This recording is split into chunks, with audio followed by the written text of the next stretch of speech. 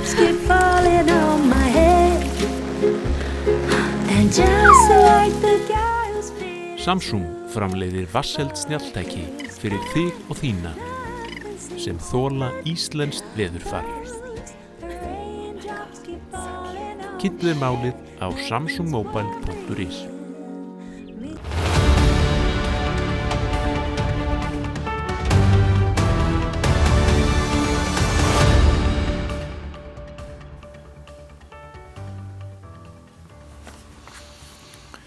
Komið heil og sæl og velkomin í Spursmál, föstudaginn 17. júlí. Sumarið lætur bíða eftir sér hér á höfuðborgarsvæðinu. Votviðrasamt hefur það reynst og verður eitthvað sinn, en vonandi fer að sjá meira til sólar hér á komandi dögum. Við færum góðar kveðjur austur og norður þar sem blíðviðrið leikur við landan og maður sér það reyndar á umferðinni að það eru margir sem að tía sig þangað nú þegar.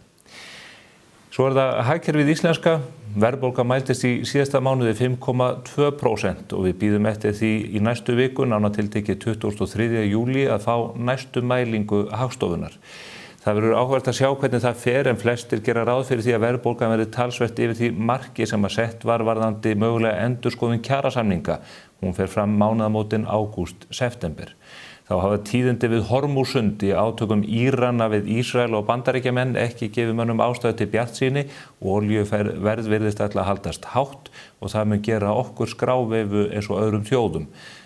Tímabundin virðisaukaskattslækkun ríkisstjórnarinnar á þessari tilteknu vöru mun því sennilega ekki duga til að teygja okkur undir þetta mark sem að samningsaðilar settu sér þegar stórir kjarasamningar voru gerðir hér á sínum tíma. Það herpingur í hagkerfinu, við finnum það víða, en þó voru þetta líka jákvæð teikn á lofti sumstaðar. Eitt jákvæð teikn sannarlega svo staðreynd að frá maí í fyrra og fram í maí á þessu ári, þá fjölgaði störfum í landinu 1000. Þetta eru góðar tölur í sjálfu sér ef ekki væri fyrir þá staðreynd að 96% af þessari aukningu hjá hinu opinbera, aðeins örfá störf hjá almennamarkaðnum. Ragnar Már Gunnarsson, vinur þáttarins, hann bent okkur á þetta og sýndi okkur tölur sem hann tók saman frá Hagstofunni. Hvet ykkur til að sjá þessa mynd sem við vörpum upp hér í því sambandi. En svo það Evrópumálin sem við ætlum að taka fyrir hér á þessum vettvangi og reyndar ástæðan fyrir því að við höldum þættinum gangandi í gegnum sumarið langt.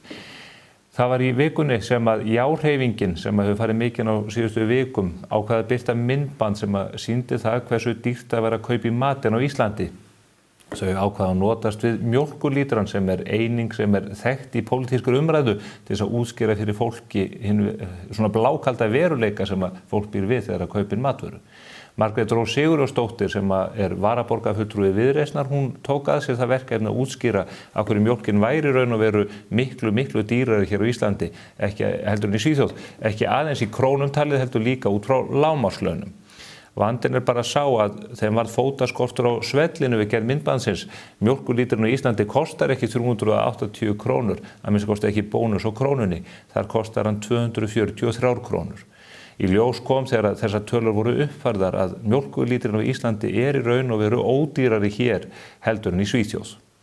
Ef að röksemdin var sú að við ættum að ganga í Evrópusambandið vegna þess að mjólkurlítrinn væri dýrari hér heldur en í Svíþjóð, þá þau rökfallinum sjálfsig. Og það verður fróðlegt að sjá hvort að Margrét Rós og kollegar hennar skiptu skoðun í ljósi þessara nýju tíðinda. Þetta mál varpar á sama tíma ljósi á mikilvægi þess að fólk fari rétt með hlutina, að staðreyndir liggi á borðinu og það sé ekki verið að afvegaleiða fólk í umræðunni. Þau keyptu myndbandin út og báðust afsökunar á þessu og því ekki ástæða til að ætla að þeim hafi gengið neitt annað til en að upplýsa almenning það sem rétt var. En maður hefur áhyggjur af því að ef að fólk getur ekki fundið út úr því hvað mjólkurlítrinn á Íslandi kostar, að þá geti orðið enn torveldar að útskýra fyrir fólki flóknari hluti sem að varða þessar aðildarviðræður. Við ætlum hins vegar að munstrast við það hér, gerum það á síðum Morgunblaðsins á mbl.is og í Spursmálum í hverri viku, á hverjum degi og reyndar á hverri klukkustund. Við fáum stundum bágt fyrir, en verkefnið það að upplýsa þig það hvernig staðan í raun og veru í þessum efnum. Og ég ætla að fá hingað til mín í lok þáttarins Konráð S. Guðjónsson hagfræðing og fyrirverandi efnahagsráðgjafa ríkisstjórnarinnar. Við ætlum að fara yfir þessi mál, meðal annars matvælaverðið sem að virðist vefjast fyrir fólki. Af hverju matarkarfan dýrari hér heldur hún á Spáni og Ítalíu og hún í raun og veru dýrari fyrir okkur Íslendinga heldur matarkarfan í þeim löndum fyrir það fólk sem þar býr. Konráð mun útskýra það. Við ætlum líka að fara yfir fréttir vikunar með góðum gestum úr ólíkum áttum. Þeim Jóni Kristni Einarsinni sem sagnfræðingur, doktorsnemi við Chicago háskóla. Hann að gera góða hlut í alþýðufræðslu á sviði sagnfræðinnar. Svo það Edda Sif Pálsdóttir sem hefur staðið í ströngu í tengslu við heimsmeistaramóti í knattspyrnu. Fótboltinn mun að sjálfsögðu vera hér í, kannski ekki aðalhlutverki en stóru hlutverki þegar við förum yfir fréttir vikunar. Fylgist þið með þessu og meira til hér á næstu mínútum. Samsung kynnir nýjan Galaxy S26 Ultra. Meira frelsi, meira næði. Can you do this? Kynntuð málið á samsungmobile.is. Mannvirki, byggingar og hallir. Hvað sem þú vilt byggja, þá framleiðum við byggingarefni framtíðarinnar. Limtré Vírnet. Skaðabætur, miskabætur, sárabætur, sjúkrabætur, slysabætur, uslabætur, þjáningabætur. Bótaréttur.is 520 51 00.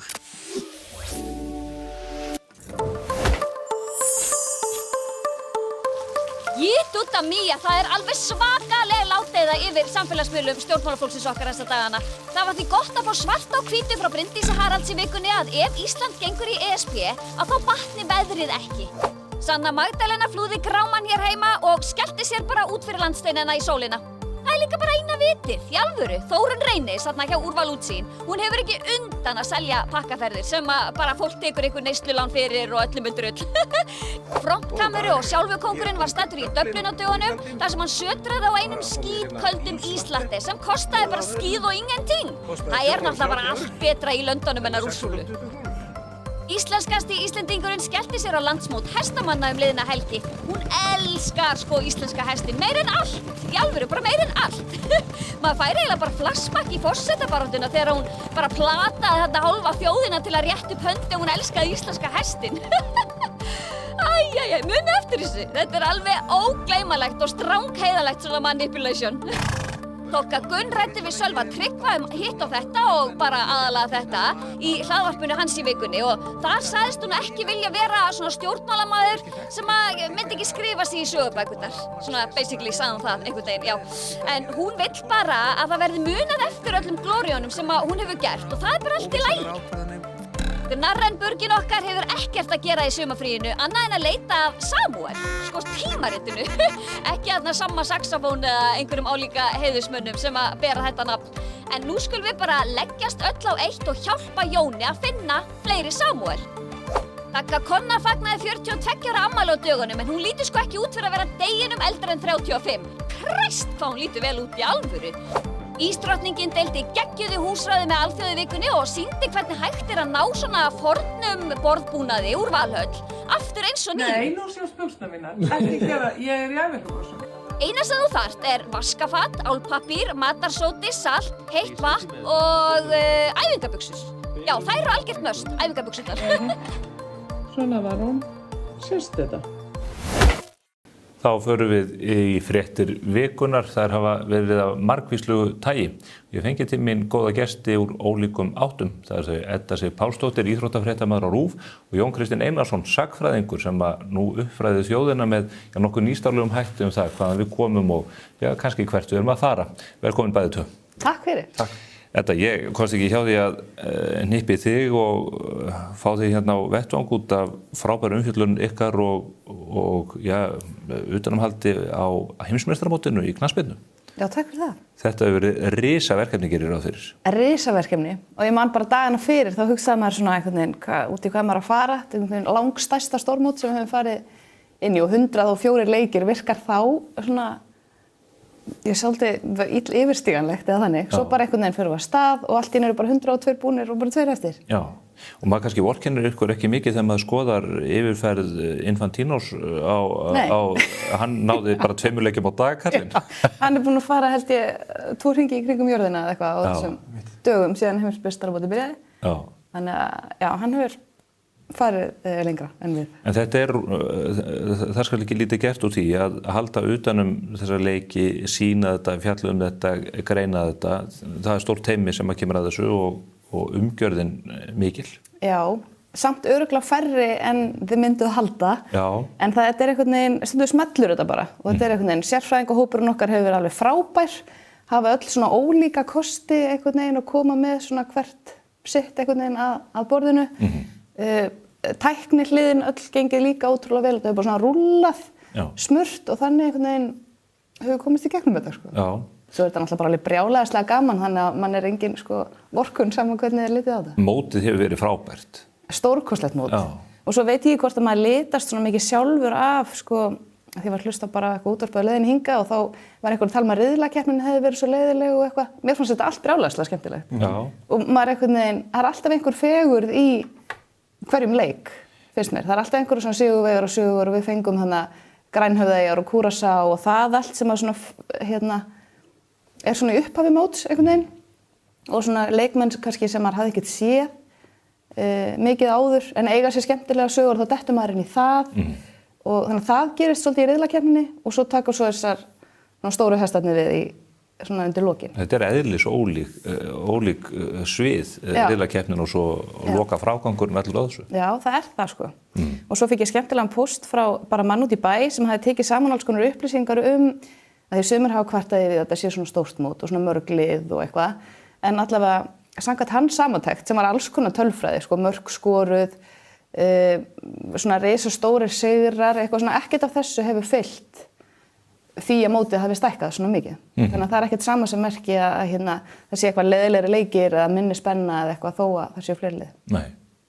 Jón Kristinn, þó að þú sért sagfræðingur þá hefur áhuga á fleiru heldur en fornöldinni og því sem áður gerist. Þú fylgist veit ég vel með fótboltanum? Jú. Ég náttúrulega bara gert það eins og allir landsmenn. Og ég einmitt sammála Eddu að það einmitt sko þrátt fyrir þessa miklu fjölgun þá er engin munur á gæðunum að því það virðist. Frá fyrir mótum. Ég reyndar aðeins lent í því að mér finnst eins og leikirnir séu oft á sama tíma og ég er að svæfa son minn. Já.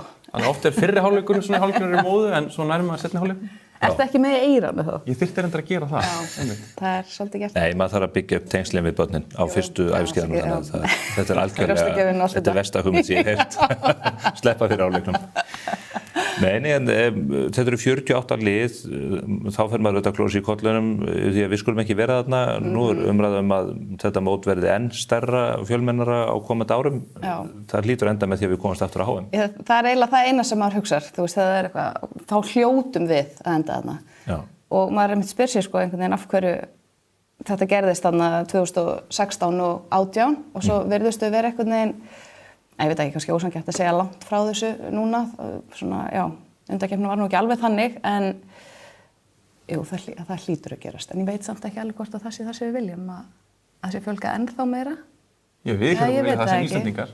Já, bara því leiti meina ég, en svona almennt séð, þú veist. Já, það hljóta að vera einhver mörk á því, sko, þegar menn fara að hleypa inn þarna einhverjum algjörlega ömurlegum liðum. Já. Það er það sem maður ímyndar sér, þó svo að einhvern veginn staðreyndirnar segja það ekki núna, en það hlýtur að liggja þarna einhver lína einhvers staðar þar sem En hvað með þá árangurinn einmitt eins og nefnir hvað merkilegastur 2016 leið maður að segja og þetta síðan í Rússlandi var þetta heppni? Er þetta tilviljanir sem ráða þess að boltinn hefur rataði netið hjá okkur?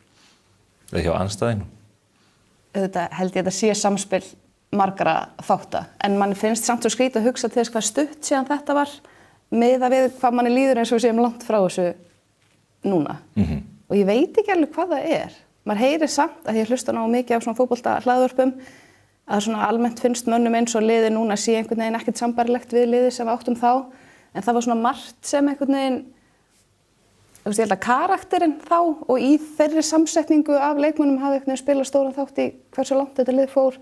Og þeir voru líka bara búin að spila saman lengi, gekk vel hérna í undir 21 ársmótinu, nokkrum árum og undan, hann þetta var svona, já. Það eru töfrar auðvitað í hópíþróttum hvað þetta varðar.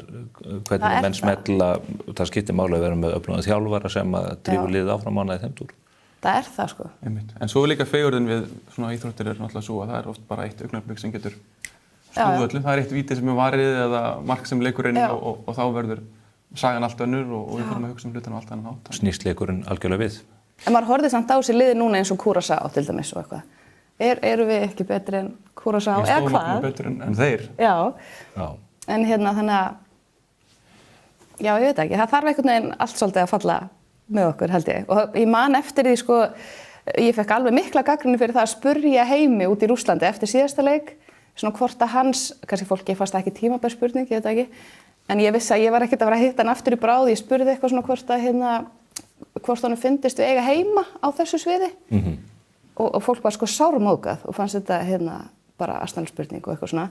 En svona núna hugsa ég stundum til þess, bara eitthvað, nú hefur við ekkert verið þarna í grenndinni síðan, þannig að þessi spurning fer kannski verða réttmætari og réttmætari. Já, það hefur kannski forspárgildi. Hverju mótinu sér líður, ég veit ekki, já, vonandi ekki. Ég er með eina spurningu frá sonum mínum til ríkissjónvarpsins og þín og það varðar tæknin að þetta settsiður því. Já. Ég hef nú komið í stúdíó A, þetta heitir það, inni, og þetta stórt og mikið stúdíó í flestu tilliti en það er ekki svona stórt. Nei. Þetta eru töfrabröð hvernig þið náðu að búa til þessa mikla hæða á vegginn og þessa glugga. Já, töfrabröð er sko algjörlega rétt orðið og því þú kemur þarna inn og áttar þig engan veginn að það sé svo einhver allt annar heimur sem biður þín þegar þú sér þetta heima í sjónvarpinu.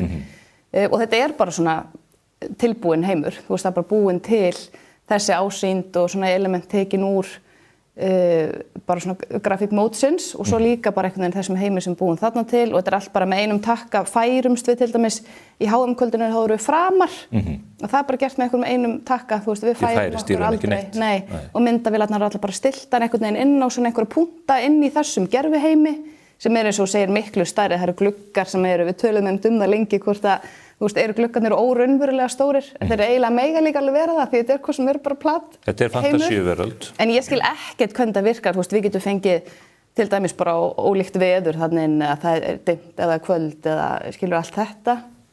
Ég get ekki útskýrt, þetta er bara eins og tölvuleikur. Það vont þú getur ekki útskýrt, það var einmitt ástæðan fyrir Ég er ungum maður það. Nei, þetta er bara gert eins og tölvuleikur. Og svo til dæmis þegar lýsendurnir kom inn, að þetta eru svona eins og 3 álmur í rauninni inn í þessum heimi. Þeir standa inn í þessari álmu, en þeir eru samt bara alveg við hliðina á okkur. Þannig að maður þarf alltaf að passa að horfa ekki, þú veist, þannig að þú væri hérna, þú ert samt þarna.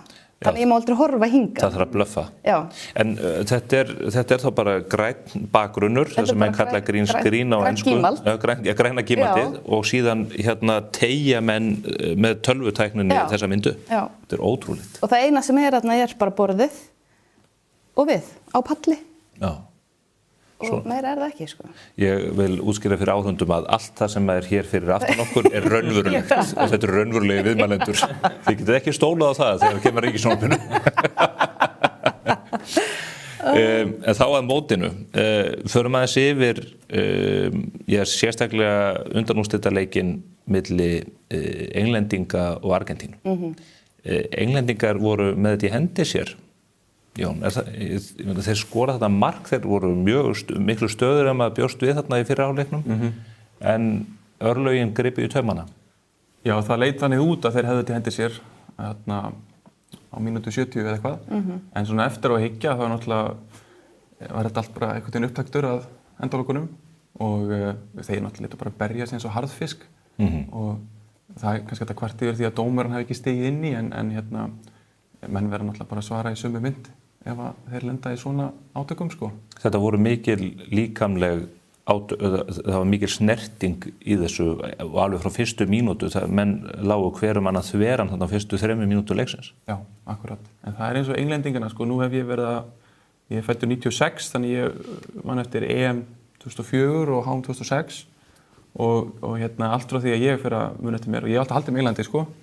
Langamma mín var ensk þannig að ég svona nýti það sem ákveðin rökstuðning en þá verðist einhvern veginn alltaf skorta hennan andlega herslumun sem þarf til að vinna þessi mót og það er einhvern veginn ég veit ekki hvað þeir geta fundið hann, sko. Maður hélt samt að þeir væru komnir með þetta núna eftir að sigur á Mexíkó og það voru alveg komin svona úrslit þar sem þeir sýndu karakter, að nú sé einhvern veginn tíminn komin. En nei. Þeir hafa náttúrulega bara einu sinni unnið, það voru heimavelli 1966 fyrir 60 árum eins og margótt hefur komið fram. En tilfinningin þegar maður horfði á leikinn var og þegar þeir skoruðu markið og þeir fara að pakka einhvern veginn vörn og koðna niður þarna bara inn á sínum eigin vallarhelmingi, það var svona eins og þeir tryðu því ekki að þeir varu á leiðinni í úrslitaleikin, að þeir væru bara undir einhverjum álögum. Og líka svo mikið eftir þá og þjálfarnir þeirra hefur náttúrulega verið sko harðlega gagnrýndur eftir þennan leik fyrir að hafa bara pakkað í vörn og einhvern veginn skiptingarnar sem hann gerði voru líka þess eðlis, þannig að það er kannski ekki beint svona háttaður risið ef að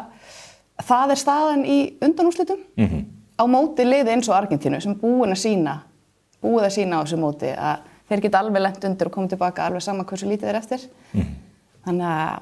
Og það einn eldgamall maður, kóngulóin í miðjum vefnum sem að einhvern veginn á þennan völl bara þegar hann stígur inn á hann. Já. Er það ofsögum sagt Messi?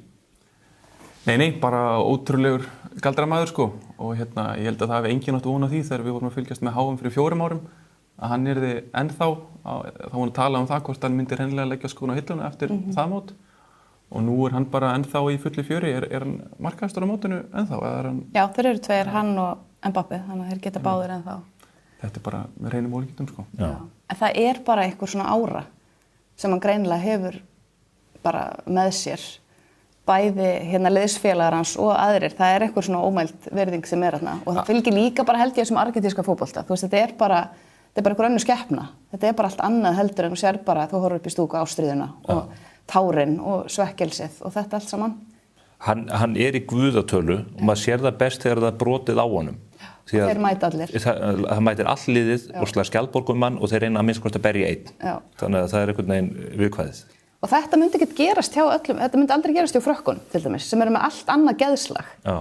Það eitthvað í Argentínumönnunum sem svona, þetta fungerar fyrir þá, myndi alls ekkert gerast á mörgum öðrum stöðum. Blóðheitir. Já, og þessi svona samheldni, þú veist, að vera tilbúin að fylgja sér að baki einhverjum einum. Það ekkert svona, og sér það ekkert alls þar. Nei, og oft sko þegar að leikmenn eru komnir í svona guðatölu, þá fara þeir bara einhvern veginn að soga til sín alla orku, soga til sín boltann og drepa allt líf í liðinu. En það verðist einhvern veginn einmitt hið andhverfa eiga sér stað hjá Argentínu sko. Og núna vita að þetta öllum líkindum síðasta heimsmeistarmótið hans, þannig að það kannski ennþá meiri þorsti. Jú, það væri óvænt ef hann kemur aftur að fjórmálaliðinu. En þeir munu síðan núna mæta Spánverjum. Spánverjar unnu Frakkana. Ég gekk út frá því sem vísu að Frakkar yrðu heimsmeistarar, þeir höfðu einhvern veginn farið þannig í gegnum þetta mót, eru svo ótrúlega sterkir. Hörður Magnússon mætti hér í dagmálaviðtal sem við birtum á mótnið þess leiks. Hann spáði að þetta myndi fara eins og það fór, þar sé að þetta er taktískur leikur sem að Frakkar myndi ekki ráða við og það ótrúlega var að þeir sáu bara aldrei til sóð, það voru svo Spánverjarnir stýrðu báðum liðum. Þeir náðu greinilega bara inn í veikleikana þeirra því að Spánverjarnir höfðu alveg sýnt veikleikamerki á þessu móti en Frakkarnir höfðu ekki gert það. Alltaf verið bara svona ótrúlega heilst eftir einhvern veginn og við hugsuðum öll bara þetta besta lið á mótinu og þeir vinna pottið aftur. Það svona svo skrítið þú lendir í einhverju smá mótlæti, þú veist þeir voru að fá þessu fyrsta markið á mótinu í þessum undanúrslitaleik á móti Spáni og þá bara einhvern veginn þeir voru bara svona slegnir niður. Einmitt. Og það líka oft sko, manni sýnist Spánverjarnir vera með svona bestu liðsheildina á mótinu, kannski þeir og Argentínumenn og ég er nú engin fótboltasérfræðingur en manni finnst það oft vera galdurinn við þennan landsliðafótbolta að ná að búa til góða liðsheild úr liði sem ekkert endilega hittast allt árið. Og, eins og gerist í Íslandi. Já, akkurat. Og þannig að manni grunar að Argentínumenn mun ekki komast upp með það sem þeir komast upp með á móti Englandi eða móti Spáni. Þeir mun ekki leyfa þeim að berja sér sundur og saman sko. Nei. Þá komið að mikilvægasta hlutanum, hvað segið bronsleikin? Ekki allur vindur úr, er meiri vindur úr englendingum en frökkum? Ég held að sé meiri vindur úr frökkum. Sé meiri vindur úr þeim? Já, það einhvern veginn, svo ég tala um geðslægið, þú veist, það eitthvað svona sér frönsk fíla. Og þetta gerist líka hjá kvennalandsliðinu og oft bara í öðru samhengi. Nú vona ég sé ekki stígun einu tær, ég sé þið horfi báðir svona einkennilega á mig. En ég sá að hún var komin leiðu þeir fengið þetta mark á sig og þá hugsaði maður bara, já ok, þeir hafi ekki andlega styrkin eða samheldina eða hvað það er sem þarf til að snúa. Já, bara komið skeifa og bæði þeir og þjálfarinn sem var bara augljóslega komin í fílu á hliðarlínunni. Og ég ekkert viss að þeir ná að finna gleðina einhvern veginn fyrir hennar leik á morgun. Fyrir utan það að ég get ekki séð David Beckham aftur sáran í stúkunni. Nei, það var átakanlegt. Það var átakanlegt. Það sem að maður finnur til með þeim manni. Svo mikið á hann Eftir allt sem á hann hefur verið lagt. Já. Nei, ég held einhvern veginn, þú veist, þeir eru svo ótrúlega sárir. Búin að vera í þessum tvískipta ból, alla keppnina með 66 og 26 og þetta allt saman. Einhvern veginn held ég að þeir geti grafið eftir einhverju meiru heldur en Frakkarnir á þessum tíma. Já, mér fannst þeir bara að vera svo rosalega búnir á því þarna í síðasta leik. Já, kannski. Og Mbappé sennilega eldast við eitthvað markamet og eitthvað, hann verður til í að skora nokkuð mark. Já, en Kane og Bellingham eru svo sem að gera það líka. Karl Konungur, hann mætti á einhvern bar daginn eftir, sturtaði bjóri í krús og sagði að það er full ástæða til að drekja sorgum sínum hér í dag. Við höldum Englandi. Þannig að við vonum að þeir vinni Frakkana. Ég er ekki alveg trúaður á þetta og þú, Frakkarnir eru svo mikil grjótmunningsvél. Ég reyndar. En svo er það þessi risaleikur á sunnudaginn, Spánn, Argentína. Og þetta eru þetta stórveldin á sviðinu, Evrópu og heimsmeistarar. Og þetta snýst ekki bara um bikarinn, þetta snýst um stjörnuna á brjóstið. Hvernig fer þetta? Sko, það er alltaf mjög óalgengt að lið verji titilinn. Það hefur bara gerst tvisvar, síðast 60 eitthvað. Þegar Brasilíumenn gera það. Ítalirnir höfðu gert það þar áður. Þannig að í fyrsta lagi er það ekki mjög algengt og í öðru lagi er mjög óalgengt að sko liðið sem að tryggja sig áfram í seinni undanúrslitaleiknum vinni. Hitt liðið er búið að fá auka dag í hvíld. Þannig að það er allavega það sem sagan segir okkur. Tölfræðin segir okkur að Spánverjarnir vinni. Já, hún gerir það, en svo eru Argentínumennir búin að fara í gegnum það marga leiki á þessu móti þar sem að þeir mæta einhverju mótlæti og þeir eru með þennan Messi-faktor.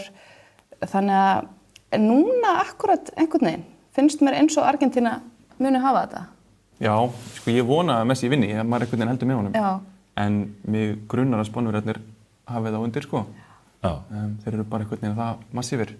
Svo er ég alltaf voða hrifinn af Rodri þarna á miðjunni af því hann er eiginlega eini leikmaðurinn í heimsfótboltanum sem að girðir treyjuna ofan í. Já, það er þess vegna. Ég sakna þess mjög mikið. Mér finnst svo aðstæðanlegt, þeir eru alltaf með búningi svona lausan og einhvern veginn flaksar. Illa til hafðir. Hann er best girti maðurinn á heimsmeistaramótinu. Ég held smá honum líka, sko. Já. Og girðir hátt. Já. En svo ertu með líka þessa Messi-Jamal sögu. Það eru 20 ára á milli þeirra og þeir eru að mætast þarna og síðasta heimsmeistaramóti hans og það eru margar svona skemmtilegar sögulínur í þessum leik. Jamal er þetta stórkostlegur leikmaður og það verður tilhlökkunarefni að fylgjast með honum áfram. En ég persónulega held að vona að Argentína vinni, en það er svona blundar fól í mér hvað eitt atriði var og það er að ég hef alltaf verið mikill aðdáandi Cristiano Ronaldo frá því að hann var í Manchester United. Og ef að Messi tekur þetta aftur núna, þá svona harðnar aðeins á dalnum. Þá er þessi umræða bara búin. Já, syni mín er alltaf að spyrja, hver er besti fótboltamaður, hvort er Messi betri eða Ronaldo? Og ég hef alltaf getað sagt að Ronaldo, en þessi, Messi er heimsmeistari. En ef hann er tvöfaldur og búinn að verja titilinn, þá einhvern veginn fellur mér allur ketill í eld. Já, ég held svolítið að þessi umræða sé búin, sko. Ég held það líka. Já, ég held það. Þannig að mér er óhætt að halda um Argentínu. Ég ætla að meta þetta. Já. Við sjáum hvað setur. Gangi ykkur vel með þetta og við hérna fylgjumst náum með þessum leikjum báðum tveimur. Annað atriði sem kom upp í vikunni var þar þessa Evrópusambandsumræðu sem að margir eðli maður samkvæmt þreyttir á, en við verðum að halda út frá til 29. ágúst. Það var þar þessa mjólkurfernu uppákomu hjá Já til að sjá liðunum, þar sem að menn töldu að mjólkurfernan kostaði eitthvað allt annað en hún í raun og veru gerir. Fylgdust þið með þessu máli úr fjarlægð? Já, svona úr fjarlægð, já.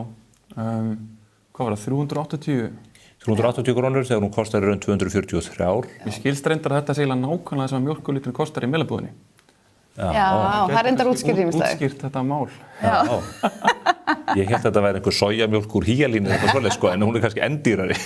Ætli það ekki? Já. Nei, ég meina þetta er svona eitt af þessum málum þar sem að ég hefði enga hugmynd um tilvist þessa myndbands fyrir hann að koma í ljós að það var villa í því og þá verður það svona fréttamál sem að sýnir held ég bara fram á að það er bara mjög virk umræða og gott aðhald þó það sé hásumar í þessari ESB umræðu og hérna, já, ég meina þetta náttúrulega bara hefur verið leiðrétt og þau hafa tekið myndbandi út og svona, þannig að hérna.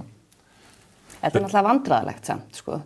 Ég hef ekki getað sagt þér nákvæmlega hvað mjólkurlíturinn kostaði þegar hérna áður en þetta gerðist, en ég vissi að hann kostaði ekki 380 krónur. Já, þannig að það er kannski skrítið að það hafi enginn hann sagt eitthvað, heyrðu, kostar hann þetta? Þetta er svo svakalugur mun. Þetta er svo mikill munur nefnilega. En svo fólk kannski bara með hugan annað og eitthvað, ég veit það ekki. Nei, en þetta líka svona oft svona mál númer 1 sko, þegar fólk að fara í framboð og eitthvað, vita hvað mjólkurlítrinn kostar. Og maður hefði haldið að þetta ætti að vera. Eftir einmitt kosningabaráttunum kannski. Þetta heimsþekktur mælikvarði á það hvort að stjórnmálamenn séu í tengslum við veruleika almennings. En það sem kom ég líka óvart er að Margrét Rós Sigurjónsdóttir sem var stjarnan í þessu myndbandi spurð út í þetta vísi, þá segir hún að teymið hafi klúðrað þessu. Ég hefði einhvern veginn talið að það væri eðlilegt að einstaklingur gæti stíð feilspor en þegar það er heilt teym að taka myndband og menn eru í þessum samanburði að reikna sér niður á fjölda ferðna. Með þennan tilgang einmitt, að það væri búið að ganga úr skugga að þetta verði. Já, eitt atriði sem varðar bæði fjölmiðlun og þetta sagnfræði og bara heimildanótkun og annað, að maður sér að hreyfingarnar takast á. Það er mikið verið að saka menn það að halda fram röngum hlutum, staðhæfa hluti sem ekki standa skoðun. Og oft virðist það vera okkur áhersvæði og eitthvað sem ekki er alveg hægt að festa hendur á, túlkunaratrið og annað. Þannig eru komið dæmi þar sem að þetta er alveg konkrét mistök eða hvað það er sem að má kalla þetta. Erum við að þokast inn í samfélag þar sem að staðreinda vöktun er meiri eða fer það að verða ómögulegt í öllu þessu flæði? Menn hafa nú verið með staðreinda vöktun á Trump og ekki á ástæðulausu, en er þetta eitthvað sem við þurfum að hafa enn meiri gætur á heldur en kannski áður fyrir? Ég held að, eins og ég nefndi á hann, þá virðist vera talsvert virk staðreinda vöktun í þessari umræðu. Og maður hefur tekið eftir því til dæmis vestanhafs að einmitt að fjölmiðlar eru mjög virkir í því að staðreinda vakta allt sem að Trump og fleiri segja. En þetta ESB-mál er náttúrulega bara töluvert flókið og mikið af umræðunni snýst það hvernig hlutir muni þróast í framtíðinni og svona flóknar peningahagfræðilegar spurningar sem eru einfaldlega bara til alls konar kenningar innan hagfræðinar. Þannig að það er svolítið erfitt að lenda á okkur mjög traustum grunni.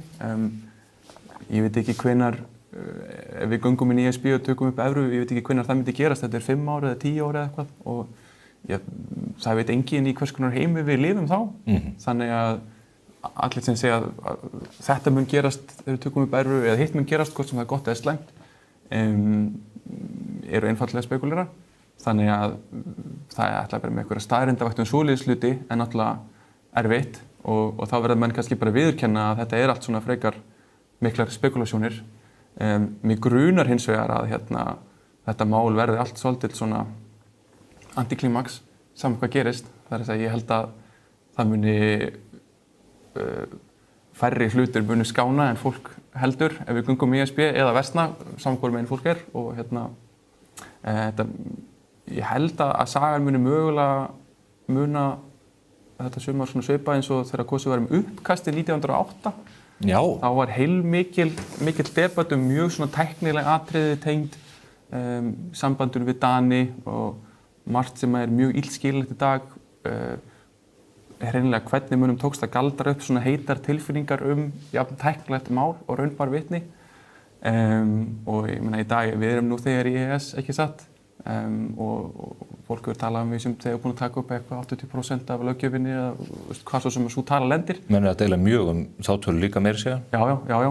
En ég held svona að þegar fólk skoðar þetta mál eftir 100 ár að það muni kannski ekkert allir skilja okkur það voru svona rosalega heita tilfinningar. Harkan svona mikil. Það er enginn að tala að ganga úr EES allavega.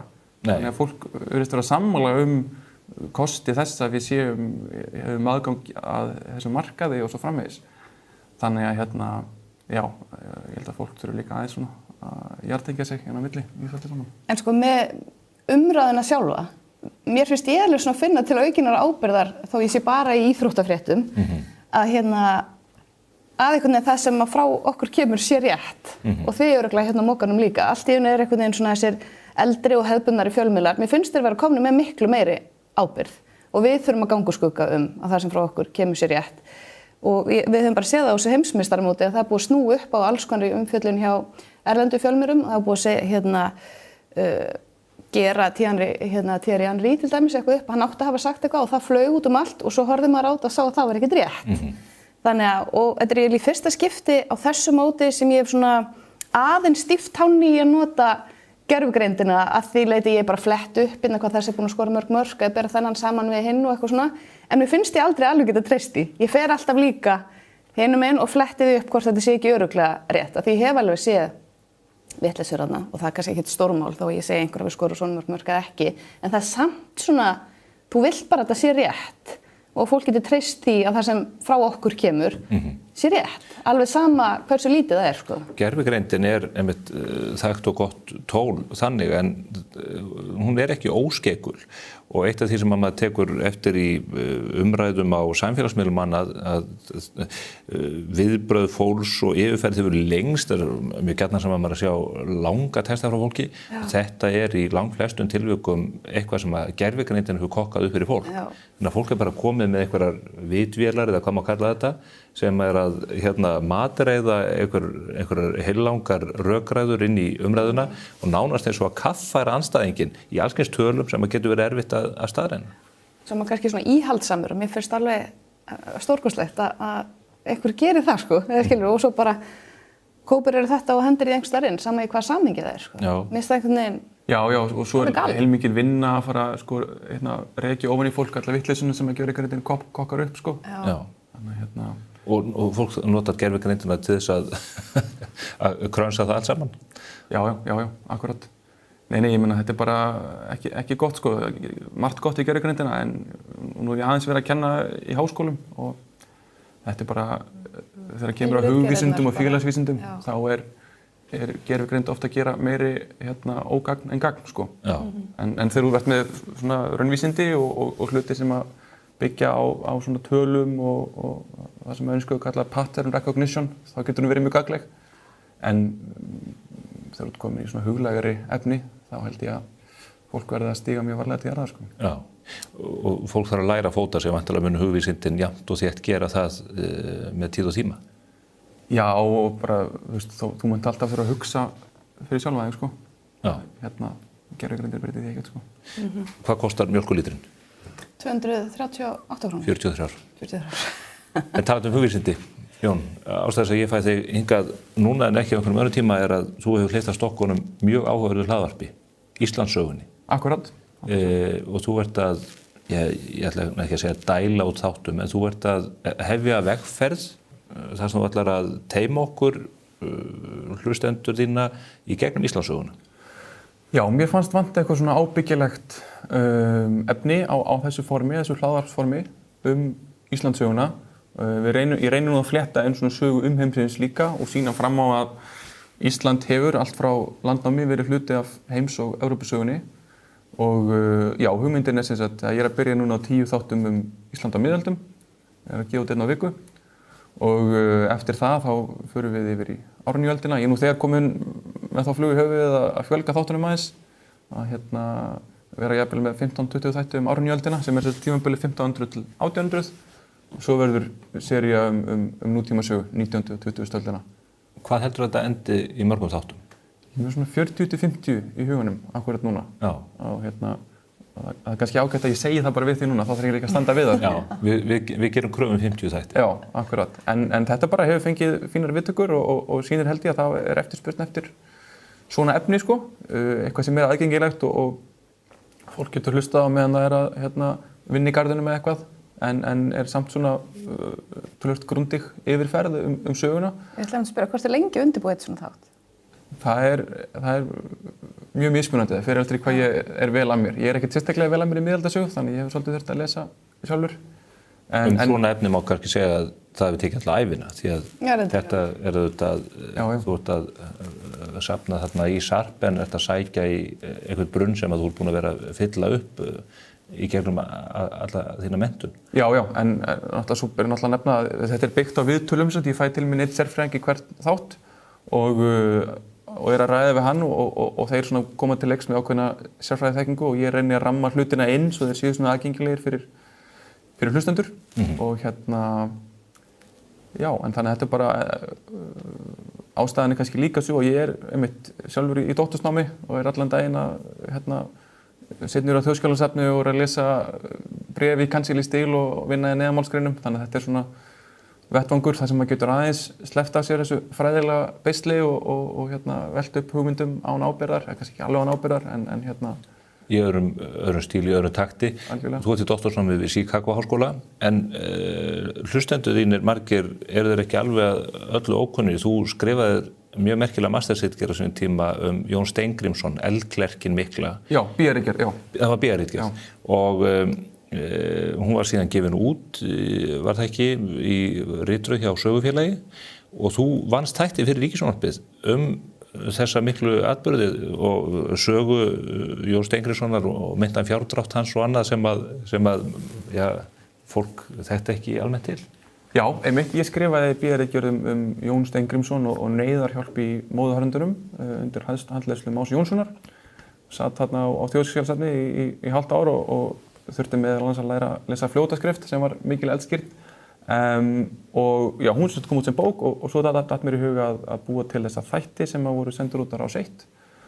Og það var ákaflega skemmtilegt. Þá gat ég fengið til mín allt fólkið sem ég var búin að vera að vísa í bókinni og til samtals.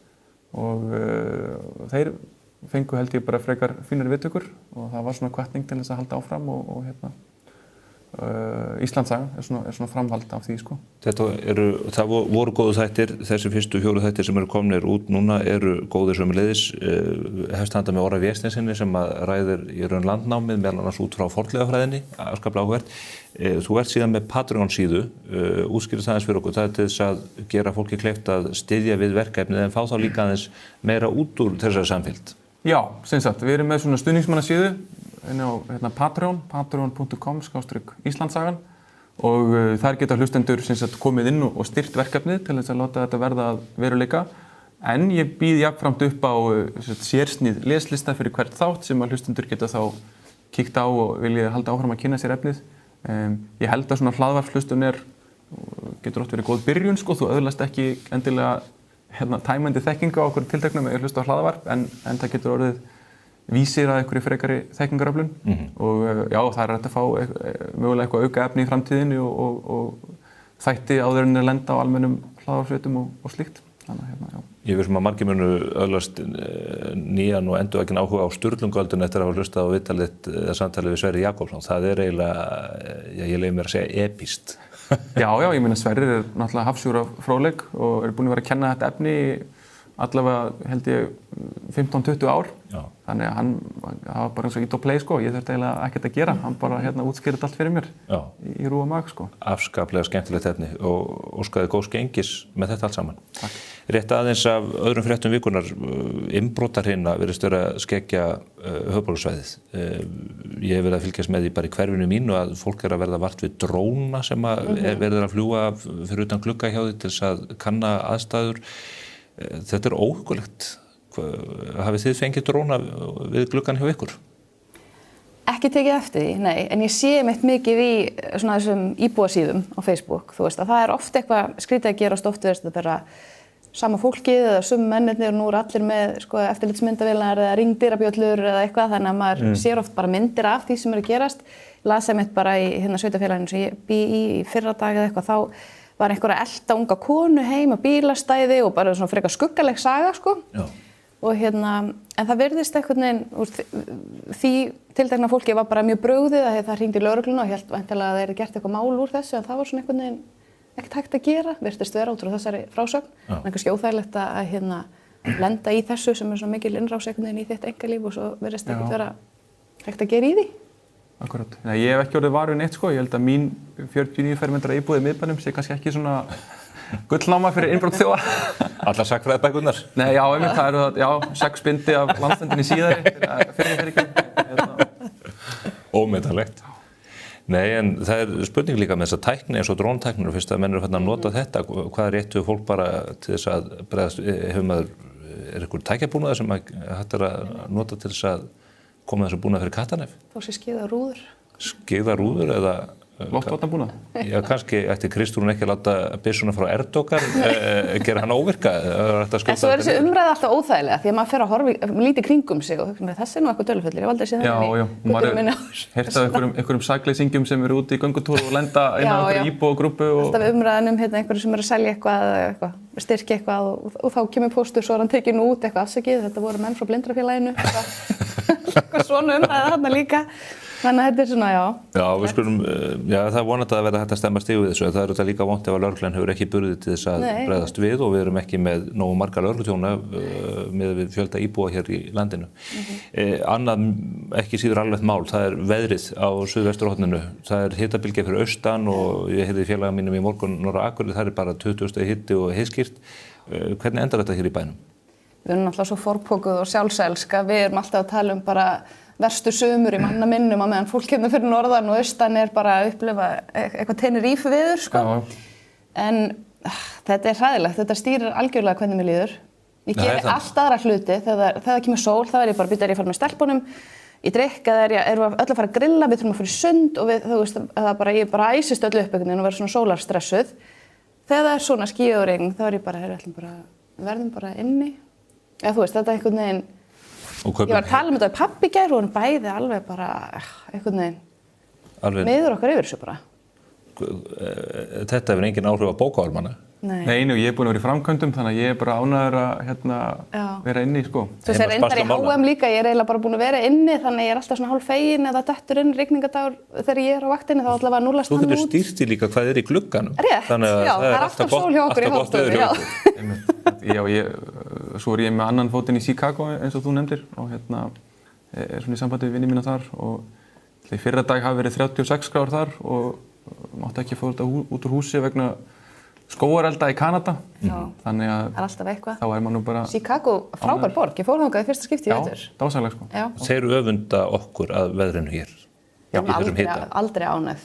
Og svo fer fólk til Tenerife og þá fyrir við að dæma fólk fyrir að fara til Tenerife og þetta er allt einhvern veginn. Aldrei ánægð. Þórður Reynisdóttir í Úlfar Lúsin segir að fólk sé að panta ferði hér alveg unnvörpu með mjög skömmu fyrirvara. Ég skil það bara mjög vel. Ég skil það mjög vel. En eina kenningu heyrði ég eða svona spátum að það væri verið að tæma skýjakvótan fyrir almyrkvann. Já. Er það ekki, skáki í því skjóli þar til annað kemur í ljós? Pabbi segir sama sko þjóðhátíð. Við sem að klára þetta allt núna í júlí og svo verði ágúst geggjaður þar með talin þjóðhátíð. Svona tala bara Eyjamenn. Já. En verðum við ekki vona það? Samt hugsa ég einhvern veginn alltaf á hverju ári, bara ég ætla að muna á næsta ári. Þessi dagar sem kom í maí og júní, þeir eru það er eiginlega bestu hluti sumarsins. Það er bara allt, það er búið að vera þannig núna, finnst mér. Júlí og ágúst eilíf vonbrigði. Já. Og þá verður maður alltaf jafn sár og ég verð alltaf jafn öfundsjúk út í fólk sem einhvers staðar býr í Kaupmannahöfn eða eitthvað og það er allir bara eitthvað með teppið og piknikkörfuna og eitthvað og meðan við erum að hírast einhvers staðar í grenjandi rigningu. En verðið í Reykjavík þegar almyrkvinn skellur á? Ég verð á Hellisandi. Já, en betra? Það verður held ég 8 klukkutíma bein útsending á RÚV. Alls staðar á landinu. Ég vona að ég sé ekki að segja eitthvað sem ég má ekki segja. Ég verð send þangað meðal annars með einhverjum 30 geimförum frá NASA. Svo skilst mér að það sé einhvers konar kynlífshátíð líka á sama tíma. Þannig að ég sé fram á mjög áhugaverðan dag. Nóg að gera hjá þér. Já, ég er spennt, segi ég. Nei, ég er bara ekki eins og spáð í það. Það getur verið að ég fari vestur í Ísafjörð. Ég er það góður staður. Það er ekki svo systir mín sem pantaði sér ferð til Spánar og fattaði eftir á að þegar hún hafði lengt ferðina þannig að hún missir af almyrkvann. Það er nú eiginlega hálfgerð drottins svik, sko. Þetta er líka einhver stemming sem maður verður að vera með í, sko. Þá getur hún lengt út íbúðuna. Fyrir með fé. Við Herbert Guðmundsson, við ætlum að vera á Svölunum heima hjá mér í Garðabænum. Æðislegt. Can't walk away. Jón Kristinn Einarsson og Edda Sif Pálsdóttir, takk fyrir komuna og takk fyrir að fara yfir fréttir vikunnar með mér hér á þessu vettvangi. Takk fyrir okkur. Takk fyrir. Við erum hins vegar ekki hætt, við ætlum að halda Evrópuumræðuna áfram. Hingað kemur Konráð S. Guðjónsson, hagfræðingur fyrirrennandi efnahagsráðgjafi ríkisstjórnarinnar. Hann ætlar að fara yfir stöðuna í umræðunni, ekki síst matvælaverðið og húsnæðismarkaðinn sem að hann telur að hafi verið á talsverðum villigötum. Fylgist þið með þessu.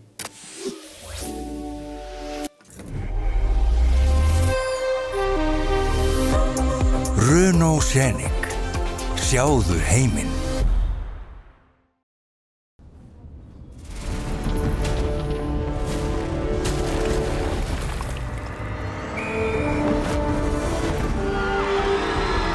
Hvern langar þig að hitta í dag? Pennin Eymundsson. Vantar þig bílavarahluti?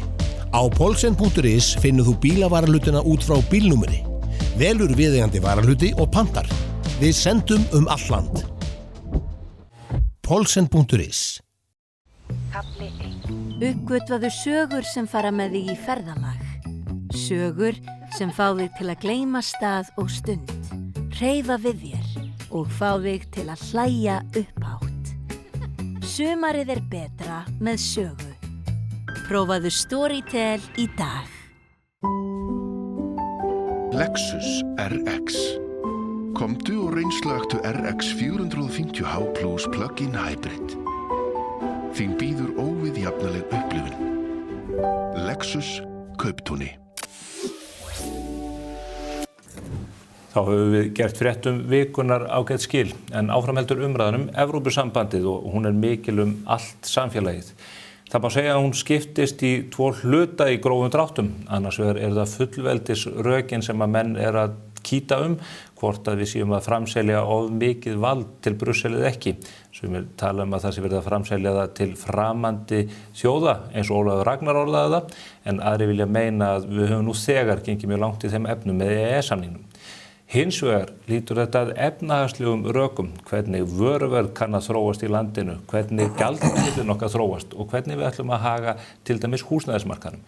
Ég hef fengið hingað til mín Konráð S. Guðjónsson, hann hagfræðingur að mennt, var efnahagsráðgjafi fyrir ríkisstjórnar en núna ráðgjafi hjá fyrirtækinu Context. Hann hefur fjallað mikið þessi mál bæði á samfélagsmiðlum en líka á Substack-síðu sinni og við ætlum að rekja þessa hluti hér í nokkrum máli áður en við hleypum ykkur inn í helgina. Blessaður Konráð. Blessaður. Þetta ekki svona í grófum dráttum rétt mat að þetta svona þessir efnahagslegu, fjárhagslegu þættir sem að menn takast á og svo hins vegar lögfræðin það að hversu miklu leyti við munum ráða okkur sjálf ef við göngum það inn? Jú, mér fundist umræðan snúast í raun og veru þetta tvennt, svona kannski svolítið skrítið að hún snúist ekki fleiri þætti sem hún getur sem gerst en þarna greinilega liggur svolítið einhver leiti víglínan eða þú veist það einhver svona þarna svona raunverulegar andstæður þannig að þá kannski þess vegna bara eðlilegt að þetta sé sem fólk að tala og það verður örugglega áfram þannig út allan ágúst. Þú hefur beint sjónum að efnahagslegu þáttunum, þú hefur verið að taka saman gögn af ýmsu tagi til þess að bera saman stöðu ólíkra þjóða. Það eru 27 ríki innan Evrópusambandsins, við gætum mögulega orðið það 28. En efnahagsleg staða þessara þjóða auðvitað gjör ólík innbyrðis líka. Það erfitt að tala Evrópusambandi sem einhverja einingu. Já, það alveg óhætt að segja það og það náttúrulega mjög ólík ríki, ólík menning, ólík hagkerfi, mislangt komin í þróun svo framvegis en svona eftir að hafa skoðað þetta eins heildstætt og maður getur bara skoða fjöldan allan á mælikvörðum á styrk efnahagslífs, hagvöxt, kaupmátt, lífskjör við breiðum grunni, hvernig dreifast gæðin yfir þjóðfélagið og svo framvegis, að þá sýnist mér svona eiginlega óumflýjanleg niðurstaða að vera svo að við stöndum töluvert framar af flestum sviðum og jafnvel í sumum tilfellum fremst. Ég nefni til dæmis hlutfall ungs fólks sem hvorki atvinnulaust eða ekki í námi, að það bara mjög lágt virkni ungs fólks mikil, svo maður nefni eitthvað sem dæmi. Þar sem við erum virkilega eftirbátur í raun og veru, það raun og veru bara í vöxtunum sem við getum sagt að við séum virkilega eftirbátur. Að þú veist hvað heimilunar greiði vexti sem hlutfall af ráðstöfunartekjum. En það eru kannski svona 3-4% stigum meira heldur en hin löndin, þannig að það breytir ekki heiminum niðurstöðum til dæmis að kaupmáttur umtalsvert meira en að meðaltali í ESB hér á Íslandi, hér á Íslandi. Þannig að þó að það sé alltaf bara augljóslega veikleiki sem við sættum okkur í við að vera í umhverfið þessum vextir eru alltaf háir, hærri en við myndum vilja kjósa, að þá, já, það hefur ekki áhrif á heildarniðurstöðuna allavega ekki að mínum mati. Þannig að á eiginlega alla mælikvarða þú vísar meðal annars í það hvernig gæðin dreifast, þannig oft vísar í Gini-stuðulinn sem alþjóðlega viðurkenndur mælikvarði þar, að eignadreifing, verðmætadreifingi hér jafnari heldur en nánast á nokkur öðru byggðu bóli. Já, allavega tekjudreifingin og bara hvernig mismunandi þjóðfélagshópar hvar, þú veist, kaupmáttur þeirra stendur, hversu mikinn skort þeir upplifa samkvæmt bara vel skilgreindum samræmdum mælikvörðum, að þá á öllum þessum mælikvörðum stöndum við mjög vel bara í efstu sætunum. Ég held að sé, við erum kannski í neðsta, sko, ef við stöndum á svona mælikvarða kannski í versta falli í 10. sæti í einhverjum jaðartilfellum en yfirleitt bara í toppsætunum. Það eru vextirnir sem að fólki svíða og húsnæðislánin eru stóru byrðarnir sem fólk eru að bera efnahagslega og sér hver mánaðamót að þær byrðar hafa þyngst verulega, auðvitað gríðarlega í samanburði við COVID-tíma þegar vextir eru óeðlilega lágir en í samanburði önnur ríki þá var þetta hátt. Þeir sem að segjast vilja gangin í Evrópusambandið segja við sannarlega stöndum vel, við ætlum ekki að draga neitt á það. En við getum með inngöngu í Evrópusambandið laga þetta atriði sem vegur þetta þungt. Eru það ekki bara afskaplega sterkur rök í málinu? Sko, jú, að einhverju leyti, en mér finnst þau svona veikjast allavega töluvert að vera að skoða hvað þarf til þess að geti tekið upp aðra mynd. Og þá setjum við til hliðar sko, ókostina við það að vera ekki með sjálfstæða mynd. En bara til þess að þú fáir þennan ávinning, þá þarf þú að sýna fram á það í að minnstakosti 2 ár, ef ekki lengur, að þú getur haft verðbólguna svipað á evrusvæðinu, þú þarf að ná vöxtunum niður, þú þarf að hafa ríkisfjármálin í lagi, gengið má ekki sveiflast eitthvað óeðlilega mikið. Þetta eru skilyrðin sem þú þarft að uppfylla áður en þú gengur inn. Og þú þarft líka að sýna fram á að þú getur þá haldið þessu þannig. En þá spyrir maður sig, ef við þurfum að gera hvort sem er sjálf, þá þurfum við evruna til þess. Einhverju kunna segja já, en mér finnst það ekkert augljóst að svari sé þannig að því að hins vegar sem maður haldi áfram með þetta, ef við tökum upp evruna, þá náttúrulega, jú, það er ýmis kostnaður sem að sparast, ég ætla ekki að neita því, en við missum getuna til þess að bregðast við stöðu hagkerfisins með við önnur hagkerfi, þegar bregðast við áföllum, að við munum þurfa að horfa í augun á fólki og segja, við þurfum að lækka launin eða við þurfum að segja þér upp, annarkvort. Það er veruleikinn sem við stöndum frammi fyrir og náttúrulega má segja ýmislegt hagstjórn á Íslandi sögulega, en þetta hefur allavega hjálpað okkur í því að stuðla því að það er eiginlega bara mjög sjaldan sem er verulegt atvinnuleysi á Íslandi og ef það er atvinnuleysi þá er það mjög skammvinnt. Að við höfum haft þennan svona sveiflujafnara. Hefur það verið fullkomlega nýtt? Nei, sjálfu sér ekki og það er alveg rétt sem við erum bent á eins og umgjörðin hjá okkur var kannski fyrir svona 20 árum síðan eða meira, að þá vorum við með hagkerfi þar sem að krónan til dæmis sem slík var ekkert endilega sveiflujafnandi. Það er búið að gjörbreyta bara hagstjórninni, við erum búið að setja á herslu á fjármálastöðuleika, við erum með stóran gjaldeyrisvaraforða, þannig að það vandamál er að töluveru leyti bara úr sögunni því að við erum bara búin að vera með stöðuga mynt í vel á annan áratug. En þú segir að við efnahagsáfall þá þurfum við að horfa í augun á fólki og segja annarkvort lækkum við launum við eða segja þeir upp. Þegar þetta er tekið í gegnum gengi krónunar þá í raun og veru rýrna kjör allra sem að notast við krónuna. Þannig að þetta gengur þá þvert yfir línuna. En það eru þetta launalækkun. Já, það er það í sjálfu sér en svona með hvernig það gengur hjá til dæmis löndum sem búa við mikið atvinnuleysi og eru föst í viðjum svona bandalags og öllu sem því fylgir. Að það náttúrulega eðlimál samkvæmt, ef þú myndir segjum að það var eitthvað stórkostlegt áfall hér á landi og það bara lífskjör alla, bara það sem við erum að framleiða myndi rýrna 10%. Myndi það raunverulega vera hægt að segja við alla, við verðum þá bara að lækka laun allir 10%. Þetta er bara alvöru spurning. Því að það er það sem myndi þurfa að gerast til þess að við getum að spyrna við fótum og aðlaga okkur að breyttum aðstæðum. Af því að kaupmáttur fólks, hann er ekki hann er ekki alltaf eitthvað sem vex að eilífu, við erum ekkert að gera ráð fyrir því. Hann sveiflast af því að undirliggjandi verðmætasköpunin, hún sveiflast af því að bara út af náttúrunni, út af aðstæðum í heimsagkerfinu og svo framvegis. Þannig að ef ég skilði rétt að þess að maður sem segir með 700.000 á mánuð á Íslandi í íslenskum krónum og gengið veldur kjara rýrnun á þess að krónutalan ekki, að ef við værum inn í evrunni þá væri sami maður með cirka 5.000 evrur í laun og þá þyrfti einfaldlega að grípa til þess að lækka það í evrun í staðinn 4.500 evrur.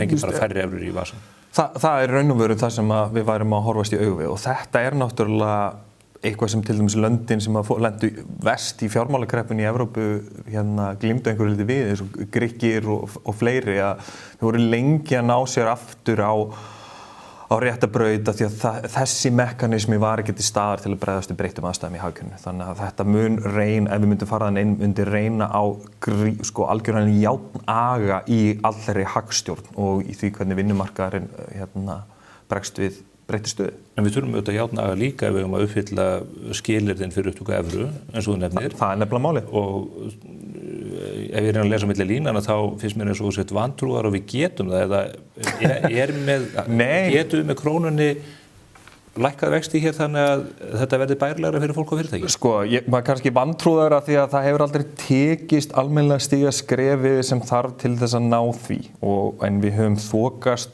vel áleiðis í það.